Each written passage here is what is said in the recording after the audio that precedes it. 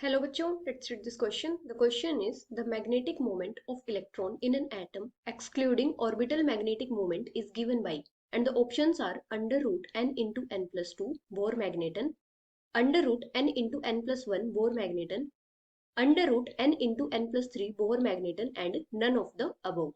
तो यहाँ पे हमारा की कॉन्सेप्ट क्या होगा? अगर हम बात करें इलेक्ट्रॉन की मैग्नेटिक मोमेंट की,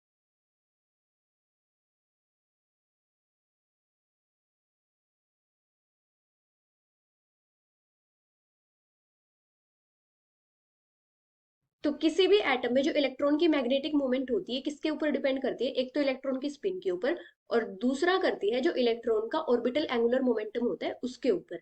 अभी हमें यहाँ पे जो मैग्नेटिक मोमेंट है वो कौन सी बतानी है? Excluding orbital magnetic moment.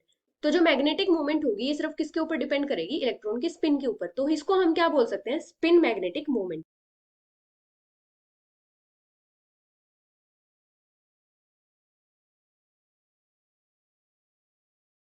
Spin magnetic moment find out करने से पहले हमें पता होना चाहिए कि जो इलेक्ट्रॉन होता है उसकी टोटल स्पिन क्या होती है। टोटल स्पिन को हम रिप्रेजेंट करते हैं एस से, और ये किसके इक्वल होती है? 1/2 इंटू एन। एन यहाँ पे क्या होता है? Number of unpaired electrons.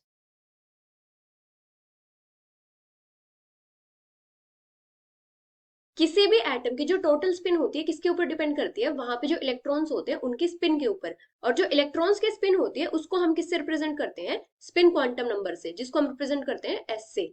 अगर इलेक्ट्रॉन्स की स्पिन अपवर्ड है, मतलब अगर इलेक्ट्रॉन्स क्लॉकवाइज रोटेट कर रहे हैं, तो उसकी स्पिन क्या हो जाएगी? +12।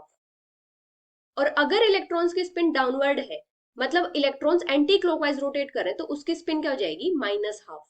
अभी क्या होता है, जैसे हमारे पास कोई भी ऑर्बिटल है, तो इसमें जो इलेक्ट्रॉन्स होते हैं इन दोनों की अपोजिट स्पिन होती है। अगर एक की +12 है तो दूसरे की क्या हो जाएगी? -12। तो यहाँ पे जो टोटल स्पिन होती है वो क्या होती है? 0। तो किसी भी एटम में जो टोटल स्पिन होती है वो किसके ऊपर डिपेंड करती है? कि वहां पे total number of unpaired electrons कितने हैं।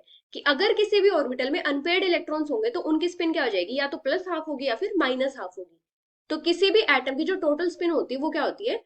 1/2 इंटू एन। एन क्या होता है? Number of unpaired electrons. अभी अगर हम बात करें स्पिन मैग्नेटिक मूवमेंट की, तो स्पिन मैग्नेटिक मूवमेंट कैलकुलेट करने के लिए हम क्या फॉर्मूला यूज करते हैं? इसको हम रिप्रेजेंट करते हैं म्यू इफेक्टिव से। और ये किसके इक्वल होता है? √4s into s+1। एस यहाँ पे क्या होता है? जो टोटल स्पिन होती है, और टोटल स्पिन किसके इक्वल होती है? 1/2 इंटू एन। तो हम यहाँ पे क्या करेंगे? एस की वैल्यू पुट कर देंगे, तो हमारे पास यहाँ पे क्या आ जाएगा? Mu effective equals to √4 into 1/2 into N into 1/2 into N +1।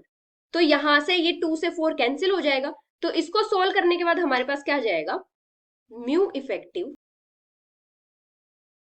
Equals to √n into n+2। ये होती है स्पिन मैग्नेटिक मूवमेंट किसी भी इलेक्ट्रॉन की किसी एटम में। और इसकी जो यूनिट होती है वो क्या होती है? Bore magneton. और जो 1 बोर मैग्नेटन होता है इसकी वैल्यू किसके इक्वल होती है?